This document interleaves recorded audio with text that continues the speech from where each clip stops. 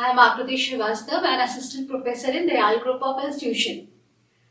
Today we are going to discuss a new topic, that is Reserve Bank of India's role and function. So as we know that RBI is the central bank of the country. RBI is the regulatory authority. Bankers bank है ये. हमें पता है कि RBI क्या करता है, पूरे बैंक का एक रेगुलेटरी अथॉरिटी है, वो जितने भी बैंक्स हैं उनका बैंक है, ठीक है. और इसमें हमें इट वाज एस्टैब्लिश्ड इन अप्रैल 1935. 1935 में आरबीआई का एस्टैब्लिशमेंट हुआ था. ये लेकिन एस्टैब्लिशमेंट होना और नेशनलाइज बनना दोनों में एक बड़ा डिफरेंस था. एस्टैब्लिशमेंट तो हो गया था 1935 में, बट इसका जो नेशनलाइज ईयर है that is 1949. The bank was constituted for the need of the following. Number 1, to regulate the issue of banknotes.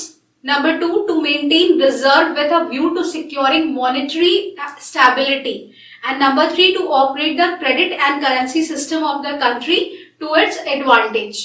देखिए, ये हमारी कंट्री में एक इम्पोर्टेंट रोल, पूरी इकोनॉमी में बहुत बड़ा इंपॉर्टेंट रोल है इसका आरबीआई का, क्योंकि इसी के थ्रू क्रेडिट कंट्रोल हो रहा है, इसी के थ्रू बैंक नोट्स इश्यू हो रहे हैं, इसी के थ्रू इंटरेस्ट रेट बनाए जाते हैं, इसी के थ्रू जितनी बैंक से हमारी वो वर्क करती हैं, वो बिना इनके रेगुलेट किए, बिना इनके ऑथराइज किए कोई भी रूल पास नहीं कर सकती पब्लिक को. So that's why it is the vital role for the country. एक इंपॉर्टेंट रोल है हमारी कंट्री की इकोनॉमिक के लिए.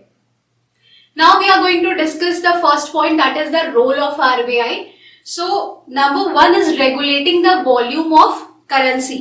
देखिए, जो हमारा आरबीआई है ये रेगुलेटरी रोल क्रिएट करता है. वॉल्यूम ऑफ करेंसी का रोल जो है वो कौन अदा करता है? आरबीआई अदा करता है. ये पूरा उसका जितना भी वॉल्यूम है, उसकी कंट्रोलिंग, उसका इश्यू करना, ये सारा काम किसका है? आरबीआई का है. ये पूरा रोल हमारा आरबीआई प्ले करता है. ये क्या करता है? Giving priority on the demand for currency and the stability of economic equally. दोनों, जो भी जितनी जरूरत है करेंसी की और कितना क्रेडिट देने की जरूरत है, दोनों का डिसाइड कौन करता है, दोनों को कंट्रोल कौन करता है? That is RBI. जितने भी कॉमर्शियल बैंक्स हैं हमारे, उनके ऊपर भी इन्हीं का कंट्रोल है, आरबीआई का. नेक्स्ट है रेगुलेटिंग क्रेडिट. जितना भी मनी कॉमर्शियल बैंक के द्वारा क्रिएट किया जाता है वो सब क्वालिटिव और क्वांटिटिव मेथड ऑफ क्रेडिट को अप्लाई करता है.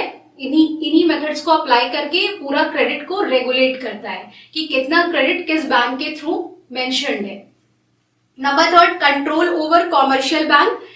जितने भी कॉमर्शियल बैंक है उनका फंक्शनिंग और उनमें जो भी नॉर्म्स है, जो भी प्रूडेंशियल नॉर्म्स है, उन सब का जो भी कंट्रोल है कॉमर्शियल बैंक्स का आरबीआई कर रहा है. Number 4, determining the monetary and credit policy. जो हमारी कंट्री का पर ईयर मॉनेटरी और क्रेडिट पॉलिसी है, ये कौन डिसाइड कर रहा है? आरबीआई डिसाइड करता है. ये जितना भी, जैसे एसएलआर है आपका, आप लोगों ने सुना होगा, statutory liquid ratio, cash reserve ratio, CRR, interest rate, credit to priority sectors, ये सारे कहाँ डिसाइड हो रहे हैं? ये सब डिटरमाइन किए जाते हैं through RBI.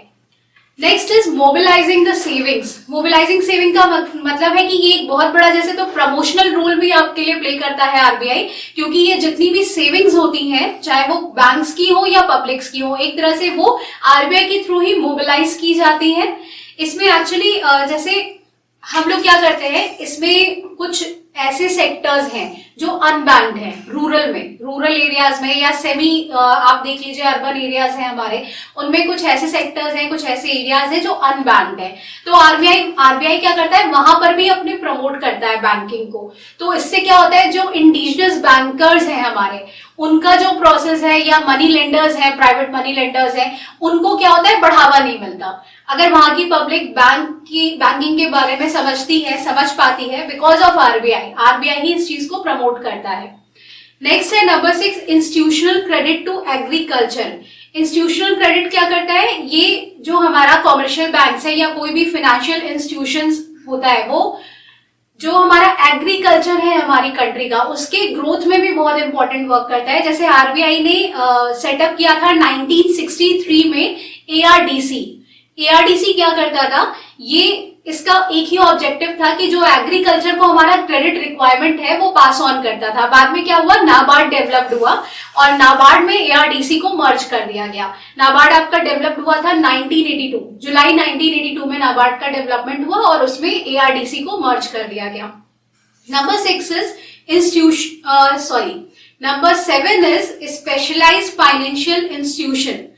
Specialised financial institution इसलिए क्योंकि हर फाइनेंशियल इंस्टीट्यूशन हर तरीके के ग्रोथ नहीं कर सकता, हर तरीके के सेक्टर्स पर काम नहीं कर सकता। दैट्स व्हाई आरबीआई ने हर तरीके का एक अलग कैटेगरी बनाया, एक स्पेशलाइज्ड फाइनेंशियल इंस्टीट्यूशन बनाया, जिसमें आप लोगों ने नाम भी सुना होगा, जैसे आईडीबीआई है, आईसीआईसीआई है, एसआईडीबीआई है, एसएफसी है, एक्सिम बैंक है। ये जो बैंक्स है ये स्पेशलाइज्ड इंस्टीट्यूशन है, ये अपने ही सेक्टर्स के लिए क्रेडिट वगैरह प्रोवाइड कराते हैं। नेक्स्ट है सिक्योरिटी टू डिपॉजिटर। एक बैंक फेलियर बहुत बड़ा ये था पहले के टाइम में कि जो भी डिपॉजिट वहां पर सेव की जाती थी, उनका मोबिलाइजेशन किया जाता था, वो सिक्योर नहीं था। सो दैट्स व्हाई आरबीआई ने एक एक्ट पास किया इंडिया में 1962 में, deposit insurance corporation of India. इससे क्या होता था, इसका मेन ऑब्जेक्टिव था कि जितना भी मोबिलाइजेशन ऑफ सेविंग है, जितना भी डिपॉजिट है, उसको सिक्योर किया जा सके। नेक्स्ट है number 9 advisory function. Advisory function इसलिए क्योंकि जो आरबीआई है वो सेंट्रल और स्टेट हमारी दोनों गवर्नमेंट्स के लिए एडवाइजरी फंक्शन की तरह वर्क करता है, क्योंकि जितने भी डेप्ट है पब्लिक को चाहिए या गवर्नमेंट को चाहिए, वो सब कौन डिसाइड कर रहा है, आरबीआई डिसाइड कर रहा है। सो दैट्स व्हाई वो कहीं ना कहीं जो हमारी सेंट्रल और स्टेट गवर्नमेंट है, दोनों के लिए एडवाइजरी फंक्शन का वर्क करता है। Next number 10 policy support.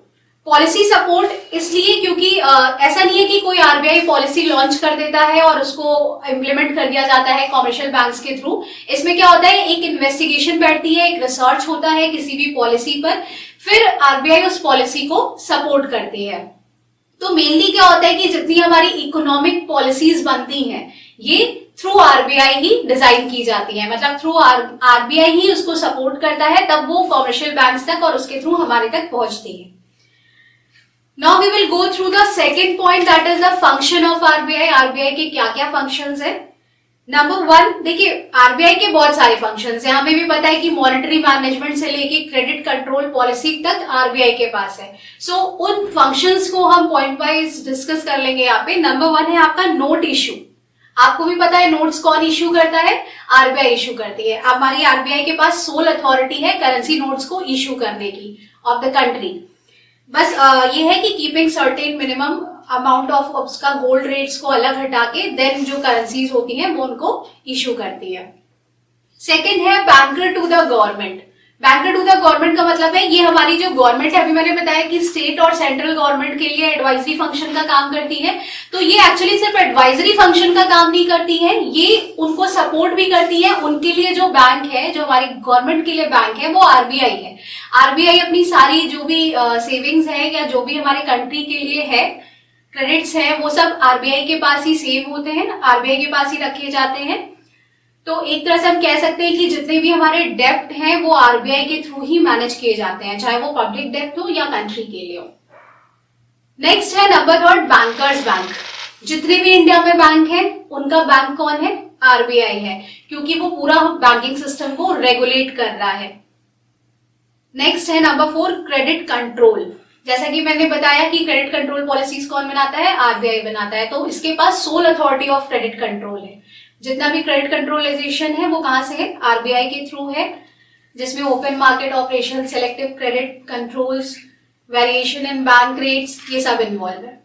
Number 5 है custodian of foreign exchange reserve.